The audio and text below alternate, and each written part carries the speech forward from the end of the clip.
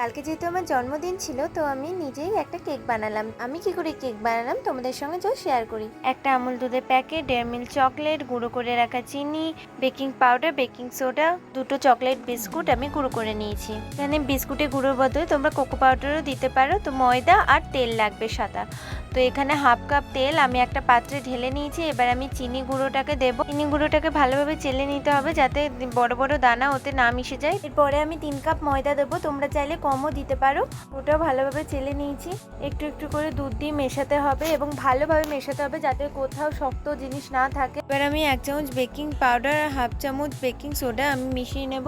এবার 2 ফোঁটা vanilla essence দিয়ে দেখো একটা থকথকে ব্যাটার তৈরি করে নিতে হবে এবং 2-3টি এলাচ ছেঁচে দিতে হবে যাতে ভালো টেস্ট হয়। তো এই দেখো থকথকে একটা ব্যাটার তৈরি করে নিয়েছি।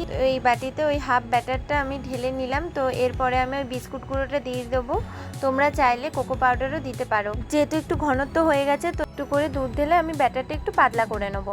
তো 15 মিনিট আমি একটু রেস্টে রেখে দেবো ওটা। ওই সময়ের মধ্যে বাটি সাইজে একটা কাগজ কেটে নিয়েছি এবং বাটিতে সাদা তেল ভালো করে বুলিয়ে নিয়েছি। চারপাশটাও কিন্তু বোলাতে হবে এবং কাগজের মধ্যে একটু তেল বুলিয়ে নিয়েছি যাতে না লেগে যায়। তো এবার এই প্রসেসটা কিন্তু ভালোভাবে দেখতে হবে।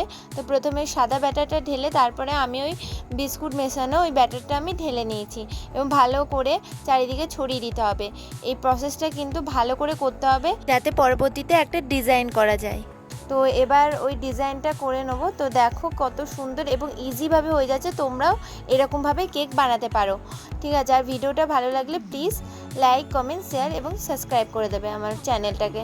কত ইজিভাবে সাজালাম না এই কেকটাকে। তো আমি প্রেসার কুকারে এই কেকটা করবো। প্রেসার কুকারে প্রথমে বালি এবং স্ট্যান্ডটা বসিয়ে একটু হাই ফ্লেমে গরম করে নিতে হবে এবং গরম হয়ে যাওয়ার পর কেকটা ওর মধ্যে ঢুকিয়ে দিতে হবে ভালো করে। আর সিটিটা খুলে প্রেসার কুকারে আটকে দিতে হবে এবং লো ফ্লেমে দিতে হবে যাতে কেকটা পুড়ে না যায় এবং 30 থেকে 35 মিনিট বেক করলে এই কেকটা রেডি হয়ে যাবে। আর দেখো কত সুন্দর ফুলেছে এবং কত সুন্দর হয়েছে। তো সাইড দিয়ে একটু কেটে দিয়ে তারপরে একটু থাপ করলে দেখো কেকটা সুন্দরভাবে নেমে আসবে যাতে তেল দিয়েছি একটু ভালো করে।